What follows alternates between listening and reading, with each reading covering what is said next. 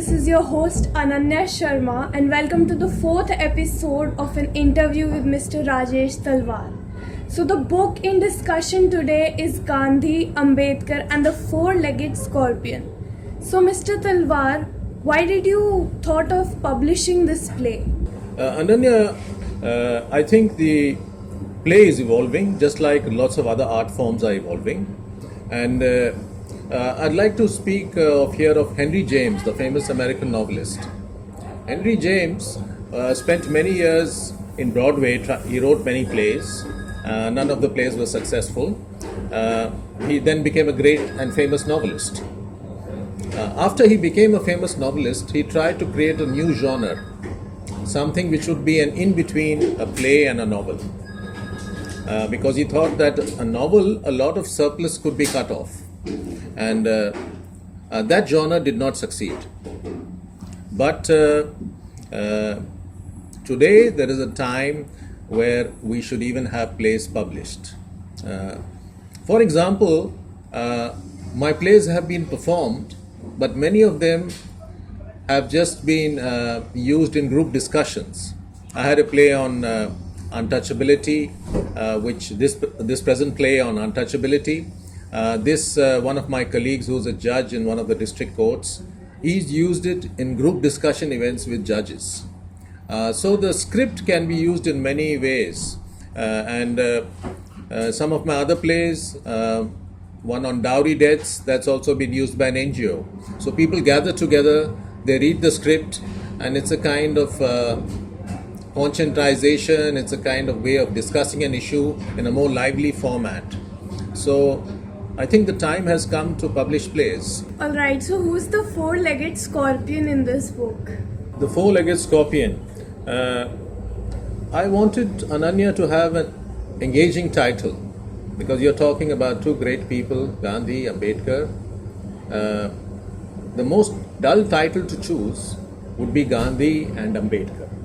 In fact, there is a play called Gandhi and Ambedkar, translated into Gandhi or Ambedkar. So that's not very exciting, it's just two names. The scorpion here is a symbol because the heart of the play is the conflict between the two on the issue of untouchability.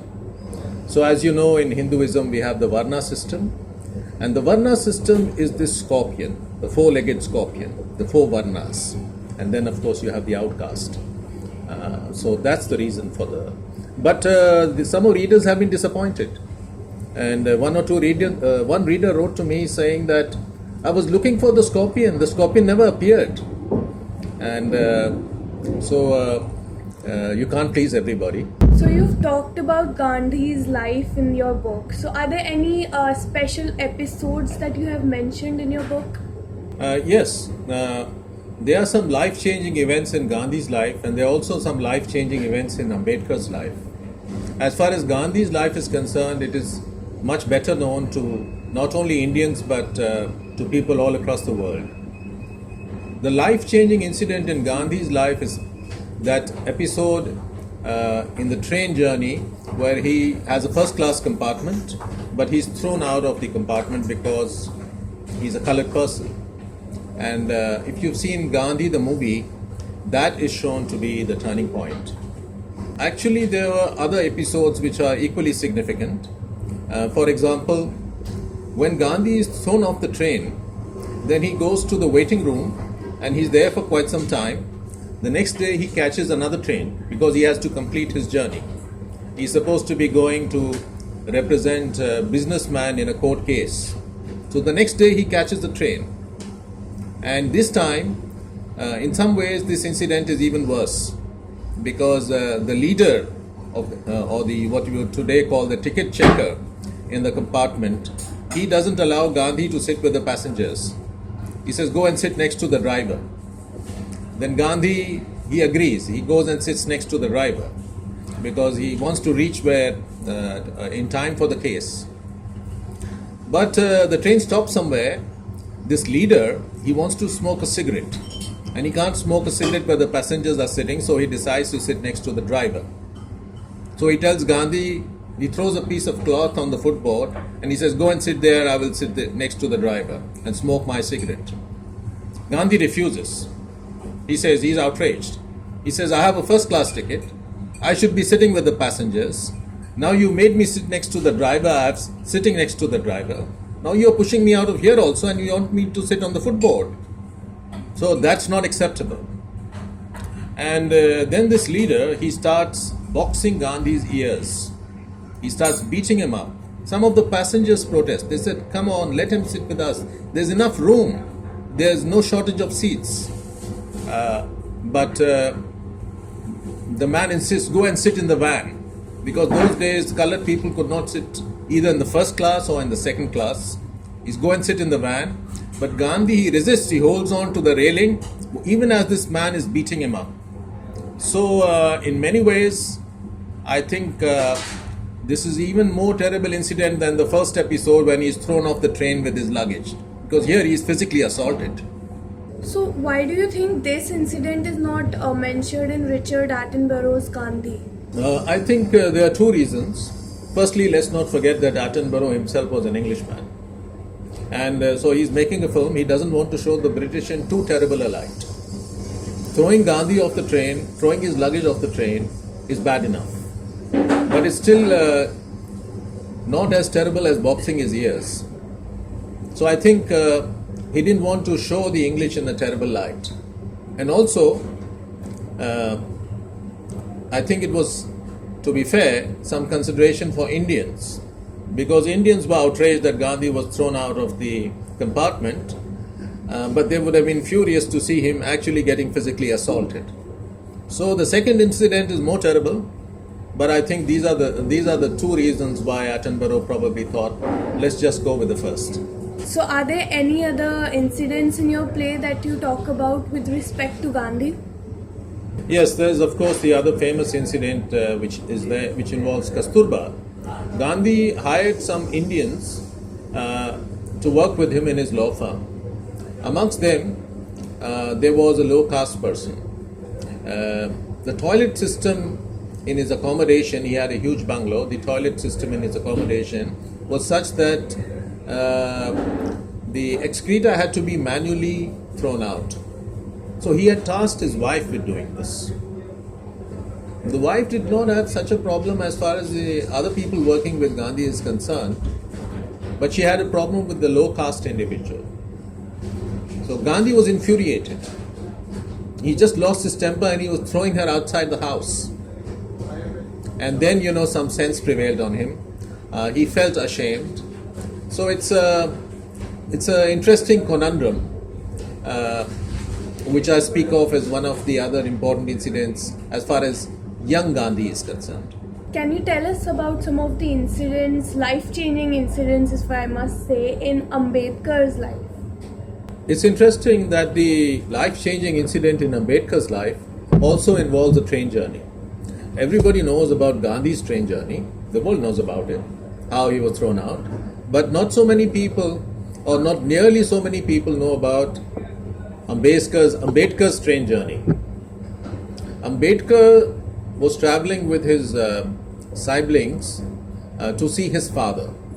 So he was traveling from Satara to another town where his father was working in the army as a cashier. I think Ambedkar's father, he had joined the army, he'd retired, and then he started working as a cashier in this town. So he's traveling with his siblings, and he reaches this train station. I think the train station is called Masoor, and from the train station he has to take a tanga to the place where his father is working. So he and his brothers, they all get off at the train station and they have to take the tanga. So first they spend quite some time waiting for their father. The father doesn't turn up. So then they think, well, we may as well take a tanga. The station master there is very helpful. He says, oh, your young children are there. They're all well dressed because they're affluent, relatively speaking. So he thinks they are Brahmins. And then he says, he asks them about their caste, and Ambedkar says they are Mahars. Oh, so then the station master's attitude changes. He's still very helpful. He says, let me take you to the Tangawalas, but I'm not sure if they will take you. So the Tangawalas come, but the Tangawalas, they think they are of a higher caste and they cannot take Ambedkar with them. So they refuse. Ambedkar even offers to pay twice the amount of the Tangawalas, fare. But they are Mahars, so they are low caste. The Tangawala refuses. So how do they reach their father's house eventually? That's an incredibly interesting episode, because the station master is a good man. He tries to convince the Tangawalas, listen, you're going to be paid twice. Take these young children. The Tangawalas refuse. Then the station master says, he asks Ambedkar, do you know how to drive a Tanga? And he says, well, I could probably manage. He says, okay. And he proposes to the Tangawala that, listen, Ambedkar is going to drive the Tanga with his brothers, and what you can do is you can run behind the Tanga. It's an incredible incident. So that's how they go. Because the Tangawala is also poor. He wants to make the 2 annas which he's getting, which is actually twice the price, it's actually 1 anna. So they take off with Ambedkar driving the Tanga and the Tangawala running behind him barefoot. I should mention here that when I was thinking of the cover of the play, as you see, it has Gandhi, it has Ambedkar, and it has a scorpion. But this was such a fascinating visual that for some time the artist and myself, we wondered whether we should have this as the visual, that Ambedkar is driving the Tanga and the Tangawala is running behind him. Because how stupid can you get? This is why prejudice, apart from being evil, it is also incredibly stupid. Okay, that was a funny incident. So any other incidents in Ambedkar's life only that are perhaps life-changing? Yes, it's a very funny incident, but at the same time it's very moving. It's very tragic. That there are these children who are going to see their father, and they are having to face these obstacles at a train station just to catch a Tanga. And at the train station, when they are thirsty, they want to drink water. The man who's selling water belongs to a high caste, he doesn't want to give them water. It is beyond discrimination. It is just evil. It's incredible. So that was a terrible incident, but there are other terrible incidents in Ambedkar's life, which is what makes him the man he is. Ambedkar was funded to study at Columbia University by the Maharaja of Baroda. And then he later went to the London School of Economics also. So he's a doctorate. I think he may be twice a doctorate. In some ways, he's the most qualified person among our freedom fighters. More educated and qualified than either Gandhi or Nehru. So he comes back because he could have stayed on there. But he comes back because he felt it was good of the Maharaja to have sent him. He should also keep the trust with the Maharaja and work in his service. So he comes back to Baroda. When he comes in Baroda, there's a question, where should he stay? Because it's a time in India's history where hotels are not going to admit a Dalit to stay with them. If it's a Hindu hotel, they will say, oh, what's your caste? They will see his caste and they say, you can't stay here. So he decides to stay in a Parsi hotel because he thinks, well, at least the Parsis will be okay. So he moves into this Parsi hotel, and I think after 2-3 days, the manager comes up and he sees Ambedkar in a state of undress. He's just wearing his vest and his pajamas. And he says, oh, but where are your Parsi? Because the Parsis wear certain things. And Ambedkar says, I'm not a Parsi actually. So, oh, but you're staying in a Parsi place.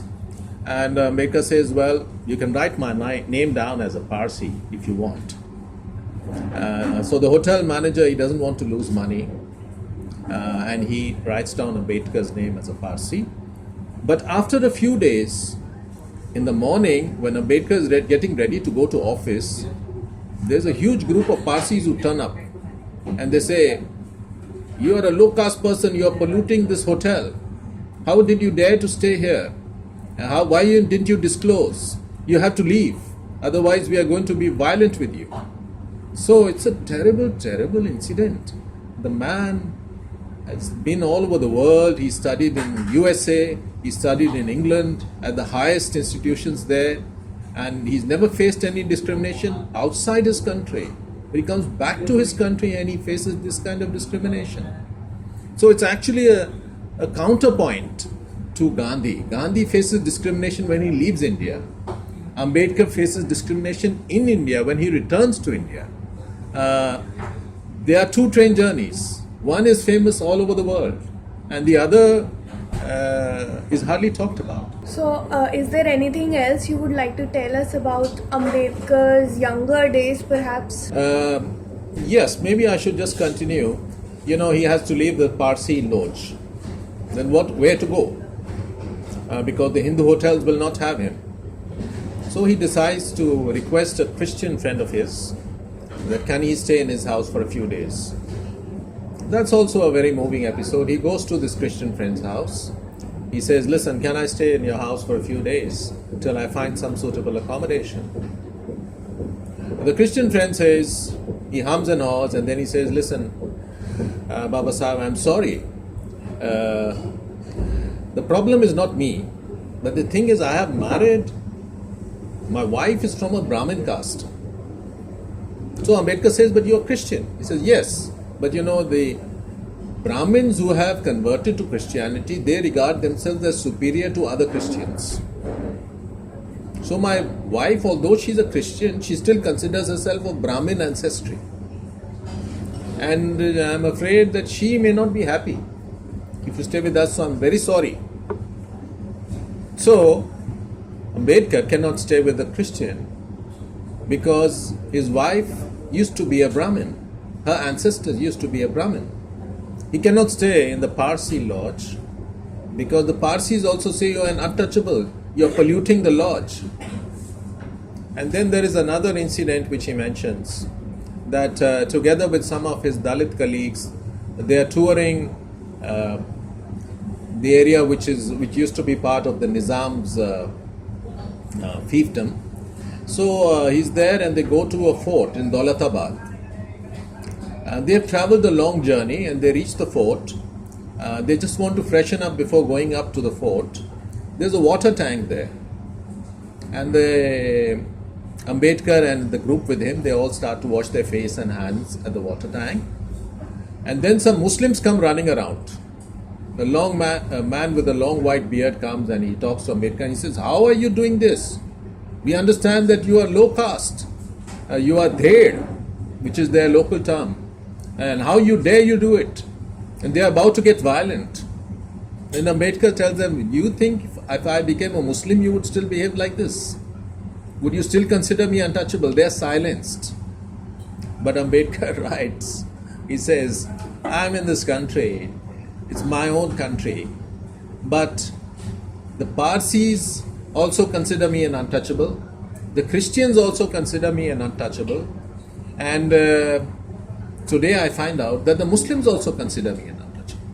So do you consider yourself to be a Hindu? Yes, Ananya, I do consider myself to be a Hindu. At the same time, I would say that this is a terrible evil within Hinduism, but I don't consider it to be part of the essence of Hinduism. Many religions live at two levels. There's a higher level and a lower level. And this is the lowest of the low. This untouchability practice should be excised. It needs to be thrown out.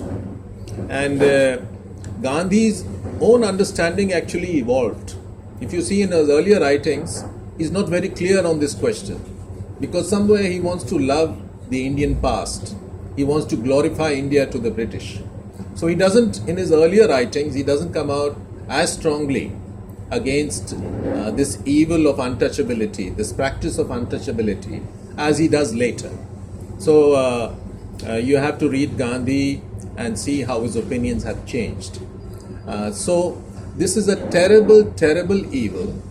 And the great irony is that many people who practice it, they say that, we are true Hindus.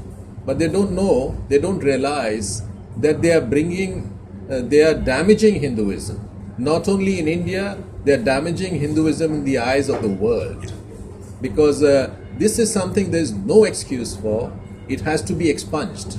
So, in general, what is your view of Hinduism? Ananya, as I said, I consider myself to be a Hindu. I think Hinduism is a great religion. It's a beautiful religion. It is a highly evolved religion. But this is a piece of poison which needs to be sliced off. It's not only Hinduism that has had problems. All religions have had problems. All religions continue to have problems. But if India wants to provide moral leadership to the world today, because our economy is growing, China is not in a position, even if the economy grows much faster than it, they are much ahead of us.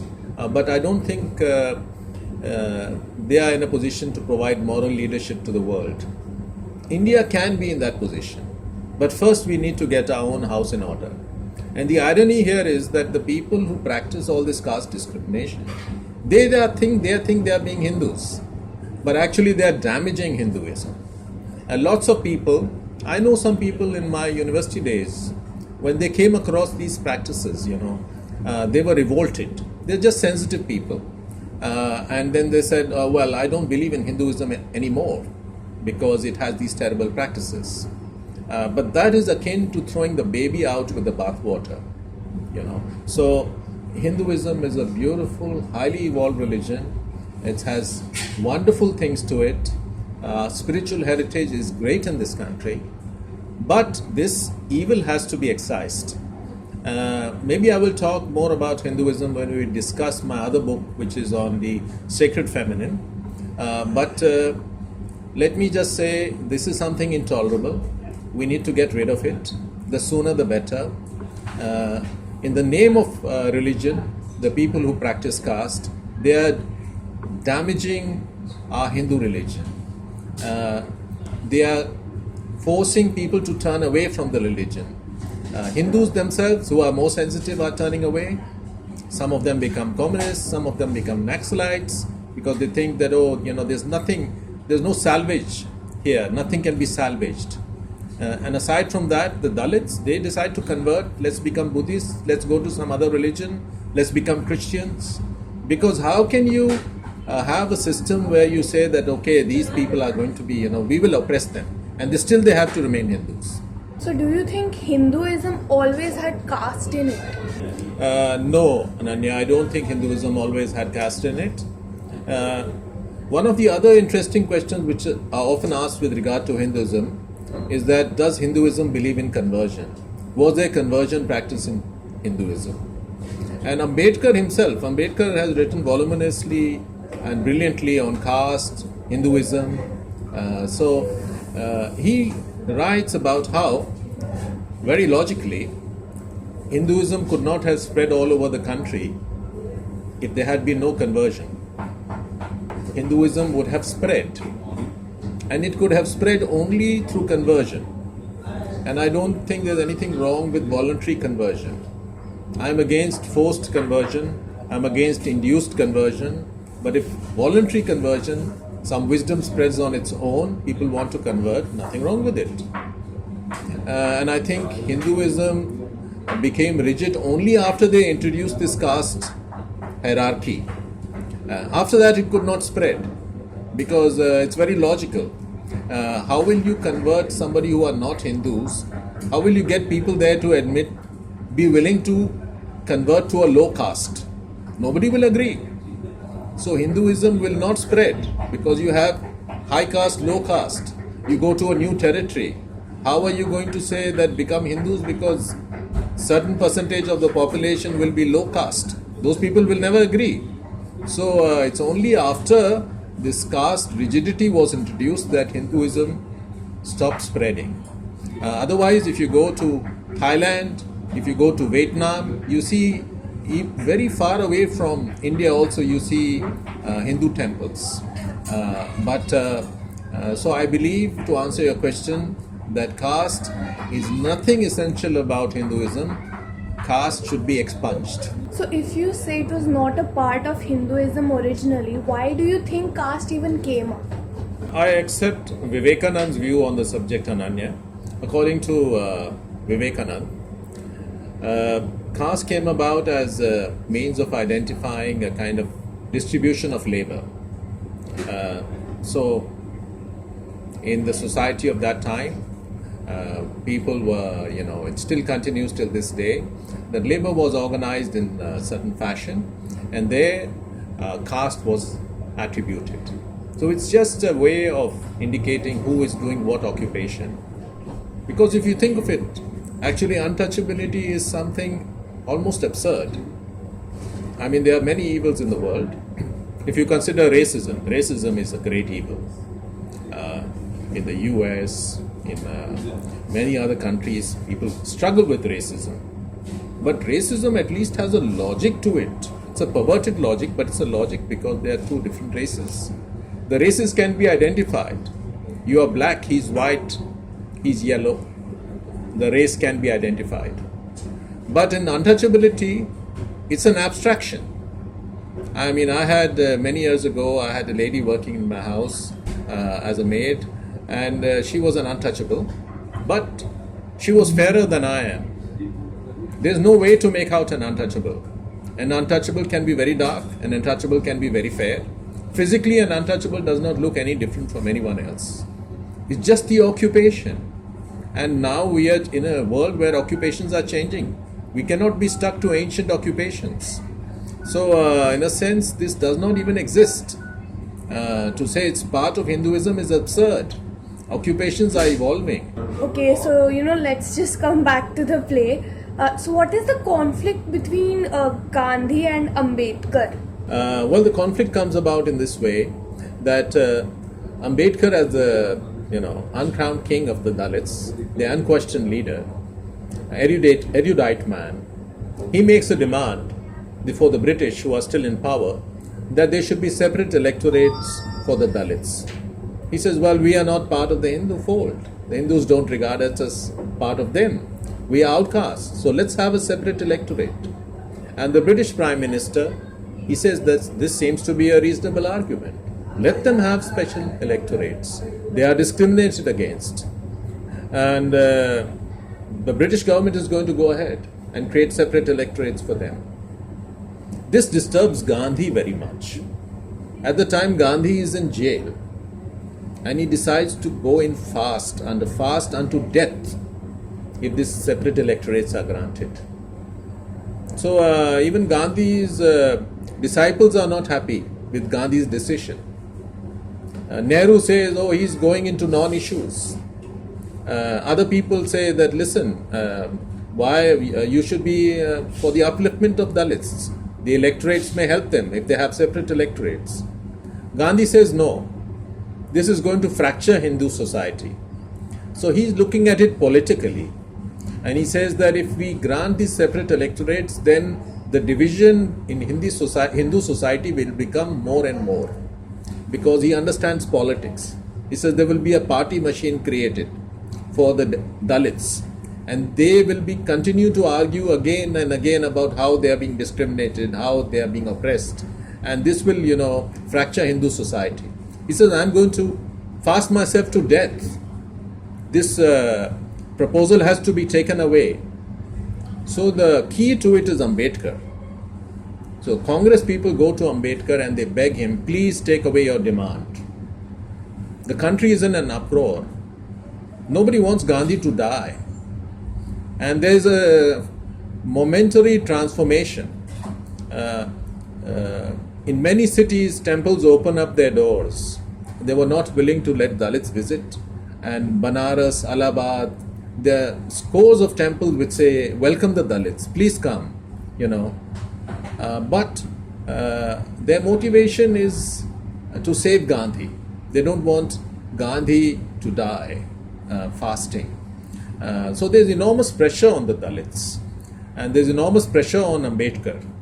But Ambedkar himself says, I would rather be hanged from a lamppost than to sell my people out. It's very poignant. They are two great people. They are both working for humanity. And the play tells you about the conflict. Gandhi is in jail. People are begging Ambedkar to withdraw his demand. And the play tells you how this conflict is resolved. So there is a parallel storyline also going on in the play. So can you tell us about that? Yeah, Ananya, I didn't want this play to just be a history lesson telling people about Gandhi, about Ambedkar, or even the conflict between them. I wanted to make it more contemporary. So there's a parallel storyline. There are three friends who meet in the Gymkhana club. One of them is a Dalit, the other is a Hindu politician. The Dalit is actually a Supreme Court judge. So you have a Supreme Court Dalit judge, you have a Hindu politician, and you have a Muslim vice chancellor. And all of them went to the same school, and they continue to remain friends. They have children, and there's a romance between two of the children. So I'm not going to give any spoilers here, but this has been done to make the story more contemporary, to bring it up to speed with today. So no spoilers here between how the conflict between Gandhi and Ambedkar is resolved, and no spoilers here also as far as this love story between the Supreme Court judge's Dalit child and another child from one of his friends, how that marriage is resolved. So maybe I should mention that we are still struggling with this issue. For example, you have the writer Anuja Chauhan.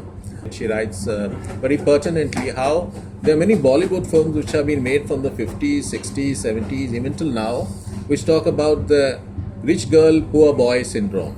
There's this rich girl who lives in a fancy house, and there's this poor boy who loves her, and how love wins in the end.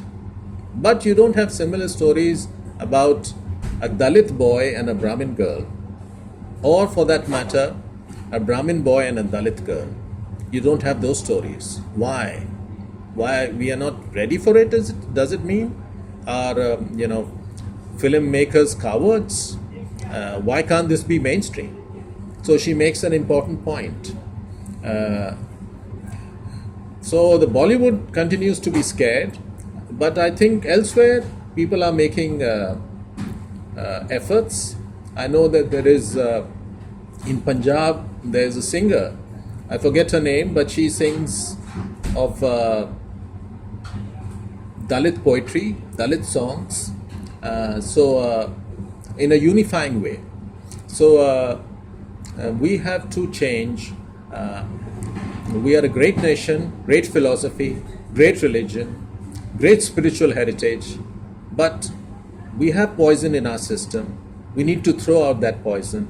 The people who are fanning the flames of that poison, they need to understand that they are doing the worst thing possible to our religion by behaving in this fashion. So we've talked about the negatives, but do you think there's anything good about caste as well? Well, the BBC writer Mark Tully, he writes about how caste can sometimes provide a cooperative framework. So people who come from the same caste, they can help each other out. Mark Tully, he doesn't understand the entire dynamics. The problem, of course, is that you may help people from your own caste, but if you start looking down on other castes, then you poison the chalice. And that is something I think it's not acceptable at all. So better way would be to take pride in your occupation. And you could be anything. You could be a person in the army. Be proud you're in the army. You don't have to be proud you belong to a Kshatriya caste. It's irrelevant. You came from the Kshatriya caste, but you're now working as an accountant. How does that Kshatriya caste have anything relevant to do with what you're doing now? You don't have to take pride in your caste. You can take pride in your occupation. You're in the army. You have a feeling of solidarity with other people in the army. That's the way to go. But it's sad, that, for example, when Gandhi went on his fast, you had these temples in all over the country which were opening their doors. You had high caste women who were having food with low caste people. All those things happened. But once Gandhi broke his fast, the temples shut their doors again. discrimination revived. Gandhi was saying all this will be finished. Ambedkar in that sense was right. Maybe the solution of separate electorates was something that would have divided the country. Both men were great and well intentioned, but this caste business, we have to throw it out. One of the reasons why missionaries can shop in India, other religions, they do shopping all over the world. They try to convert to their religion. But one of the reasons that they can be successful here is because we don't have our own house in order. Why should we just say that, they are converting our people? But let's create conditions where people will not want to convert. But if you're going to say you're a low caste, you have to do this, you have to do that, you can't drink water from the same well, and then you say, but you still have to remain Hindu. But that's not logical. Nobody will, we are not living in that time anymore.